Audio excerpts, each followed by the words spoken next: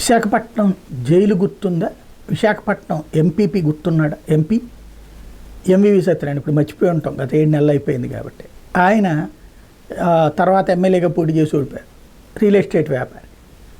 ఆయన భార్య ఆయన బిడ్డని కిడ్నాప్ చేసి ఆడించినటువంటి నాటకం, దారుణంగా వేధించి లక్షల రూపాయలు లాక్కుపోయినటువంటి వైనం ఏదైతే ఉందో, ఆ కేసులో నిందితుడైనటువంటి హేమంత్ కుమార్ నిన్న విశాఖపట్నం జైల్లో తనిఖీలు చేస్తే, అంటే అక్కడి నుంచినే జైలు నుండినే కథలు నడపగలరు అనడానికి సాక్ష్యం అనమాట. అప్పుడు కూడా ఆ రోజున అదే జరిగింది. అతనే జైలు నుంచి కథ నడుపుతూ వచ్చాడు అన్నట్లు. హత్య కేసులో నిందితుడైనటువంటి వ్యక్తి అతను శిక్ష అనుభవిస్తున్నాడు, కానీ బయట సెటిల్మెంట్లు అతనే చేస్తున్నాడు.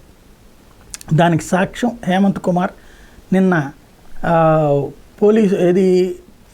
మొన్నటి నుంచి గొడవ నడుస్తుంది కదా జైల్లో, జిల్లా జైల్లో వార్డెన్లు కొంతమందికి ఖైదీలకు సహకరిస్తున్నారని చెప్పి చివరికి వార్డెన్లను తనిఖీ చేయడం, దాంతో కుటుంబ సభ్యులతో కలిసి ఆందోళనకు దిగడం, అలా అయినా పట్టించుకోకుండా బదిలీలు చేయడం, దాని మీద ఆంధ్రజ్యోతి నెగిటివ్ స్టోరీలు రాయడం, ఇవన్నీ అయిపోయింది. ఫైనల్గా వచ్చేటప్పటికి ఆ తర్వాత వెరిఫై చేస్తే సెల్ ఫోన్లు దొరికినాయి. ఇతని దగ్గర 2 సెల్ ఫోన్లు, ఛార్జరు అన్నీ దొరికినాయి. సిమ్ములు మాత్రం లేవు, అంటే సిమ్ములు దాచేశారు. ఇది ఇప్పుడు తాజా సంచలనాత్మకమైనటువంటి అంశం. దాని మీద జైలు సూపరింటెండెంట్ వెళ్ళి పోలీస్ కంప్లైంట్ ఇచ్చినటువంటి సంఘటన ఇప్పుడు సంచలనం అవుతోంది.